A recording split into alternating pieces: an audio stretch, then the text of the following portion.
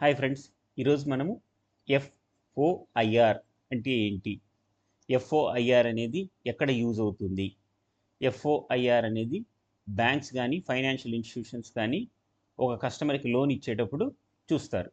అసలు ఇది ఎలా క్యాలిక్యులేట్ చేస్తారు? సో మీరు చూసినట్లయితే టోటల్ డెట్, మంత్లీ శాలరీ, అంటే ఒక కస్టమరు ఎవ్రీ మంత్ తన ఆబ్లిగేషన్ ఏంటి. ఫర్ ఎగ్జాంపుల్ నా ఎగ్జాంపుల్ చూస్తే తను ఆల్రెడీ ఒక 3000 రూపీస్ టీవీ లోన్ తీసుకున్నాడు, దానికి ఈఎంఐ ఇస్తున్నాడు. కార్ లోన్ తీసుకున్నాడు, 5000 ఇస్తున్నాడు.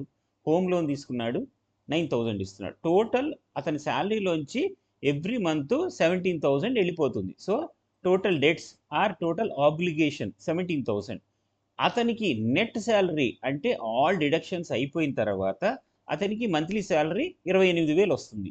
సో 17,000 ఆబ్లిగేషన్స్ ఉన్నాయి, 28,000 మంత్లీ శాలరీ వస్తుంది. సో ఇప్పుడు 17,000 బై 28,000 ఇంటూ 100 వేస్తే ఎఫ్ఓఐఆర్ రేషియో వస్తుంది. ఈ రేషియో ఎప్పుడైనా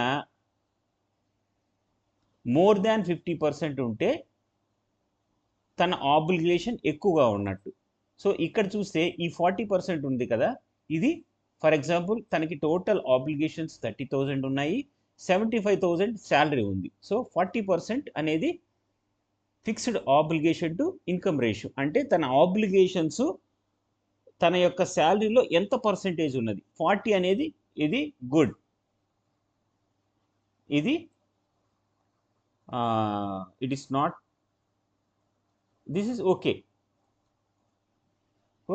ఇలాగా ఒక కస్టమర్ యొక్క fixed obligation to income ratio, తన ఇన్కమ్కి ఎంత ఆబ్లిగేషన్స్ మంత్లీ తను కట్టాల్సి వస్తుంది డిఫరెంట్ లోన్స్కి.